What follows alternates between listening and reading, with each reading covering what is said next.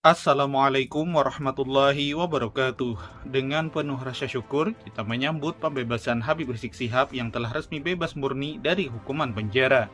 Kebebasan ini tidak hanya menjadi kabar gembira bagi keluarga dan pecinta beliau, tetapi juga menjadi momentum penting bagi penegakan keadilan dan hukum di negeri ini. Sebagai langkah awal setelah pembebasan, Habib Rizik dan tim advokasinya telah menunjukkan keseriusan untuk segera mengambil langkah hukum guna menuntut keadilan atas peristiwa tragis yang menimpa 6 pegawai beliau di KM 50. Peristiwa yang terjadi pada tanggal 7 Desember tahun 2020 tersebut masih menarik perhatian publik dan menjadi sorotan berbagai kalangan dan masih menjadi misteri hingga hari ini karena keadilan itu tidak kunjung didapatkan sebagaimana pernyataan Habib Rizik berikut ini. Alhamdulillah, Beb. Gimana, Beb? Ya, silakan. Apa yang mau disampaikan? Ya, Beb, hari ini kegiatan rapi. Ya, kegiatan hari ini apa, Beb? Hari ini alhamdulillah hari ini masa pembebasan bersyarat saya selesai. Jadi artinya mulai hari ini saya sudah bebas murni sebagaimana biasanya tanpa ada lagi ikatan-ikatan hukum yang berkaitan dengan batas. Silakan, ada pertanyaan lagi? Setelah ini bakal gimana nih Pak? Bakal berdakwah lagi atau gimana? Kalau berdakwah itu udah harga mati ya. Kita berdakwah amar ma'ruf nahi munkar akan terus kita lanjutkan. Dan yang paling penting saya menyampaikan ke semua, dengan bebasnya saya saat ini, saya tentu akan lebih bebas melakukan penuntutan kepada semua pihak yang terlibat dalam pembantaian KM 50. Saya bersumpah demi Allah, saya akan kejar siapapun pihak manapun yang terlibat di pembantaian KM 50. Saya nggak peduli siapa orang. Saya akan kejar mereka dari dunia sampai akhirat. Artinya di dunia ini saya akan kejar mereka dari proses hukum, baik nasional maupun internasional. Dan kita sudah mengirimkan berkas dari beberapa waktu yang lalu, baik itu ke beberapa negara yang peduli kepada soal pelanggaran HAM.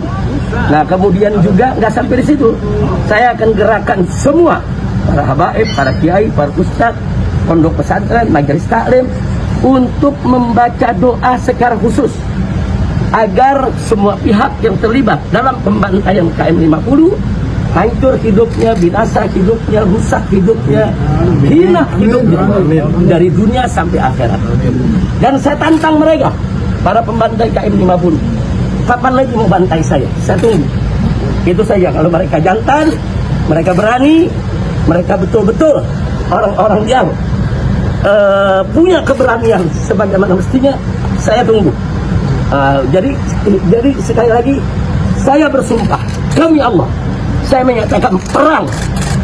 Saya menyatakan perang kepada semua pihak yang terlibat dalam pembantaian KM 50. Saya tunggu mereka. Kapan mereka mau bantai, kapan mereka mau hadang, kapan mereka mau serang. Tapi ingat, kalau mereka mau perang yang gentleman, jangan saya sedang jalan dengan istri, dengan anak, dengan cucu, dengan banyak wanita, terus mereka melakukan penjagaan. Jangan. Sergap secara gentleman, secara laki. Jangan ganggu wanita, jangan ganggu anak-anak. Terima kasih. Saya sudah menyampaikan agar kasus itu betul-betul dikawal dan transparan, terbuka semuanya. Tidak ada yang perlu ditutup-tutupi. Kalau ada,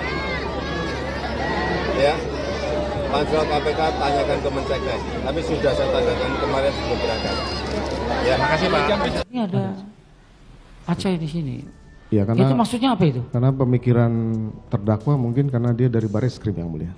Dari Bareskrim yang pernah diminta untuk saya dulu pernah Kasubdit 3 yang mulia, dan Aceh ini pernah kanit saya. Iya. Jadi dia tahulah apa yang harus dia lakukan gitu. terhadap CCTV gitu yang mulia. Gitu ya. Dan beberapa kasus kan sudah kami lakukan.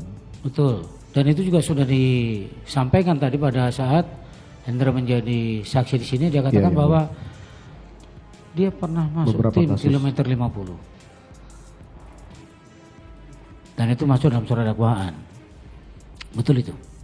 Saya Kalau tidak, tadi sudah beberapa kali yang saudara katakan diantaranya salah satu diantaranya adalah di kilometer 50. itu salah satu mungkin, Salah satu ya. tapi kasus lain juga banyak. Ada disebutkan tadi juga red notice. Juga tadi disebutkan demikian oleh Saksi Hendra. Artinya ada beberapa diantaranya yang bukan cuma ini saja. Secara umum biasa dilakukan yang mulia. Itulah. Yang mulia. Sudah banyak peristiwa. Kalau secara umum sudah banyak dilakukan. Berapa peristiwa yang dilakukan? Pengetahuan kami yang mulia, pada saat direktur, kasubdit ataupun wakil direktur dulu pernah bermasalah ketika kami langsung mengcopy dari DVR waktu itu, sehingga dipermasalahkan dalam persidangan karena tidak memiliki sertifikasi. Akhirnya kemudian kebijakan dari pimpinan satuan reserse waktu itu kita ganti saja DVR-nya, kemudian nanti diserahkan ke penyidik atau langsung dikirim ke lapor untuk dibuka yang mana yang dibutuhkan dari DVR itu. Nanti karena anggaran penyidikan ini kan ada, nanti dimasukkan dalam anggaran penyidikan. Itulah kemudian makanya penggantian CCTV ini juga dilakukan dalam rangka tetap menjalankan proses CCTV. Ya, kita semua berharap semoga proses hukum yang akan dijalankan nanti dapat berlangsung dengan adil, transparan, dan sejalan dengan nilai-nilai kebenaran dan keadilan yang menjadi asas dalam hukum kita. Dan semoga langkah-langkah yang diambil oleh Habib Rizik nanti dapat membawa balasan yang setimpal bagi semua pihak yang terlibat dan memberikan ketenangan serta keadilan bagi keluarga yang ditinggalkan.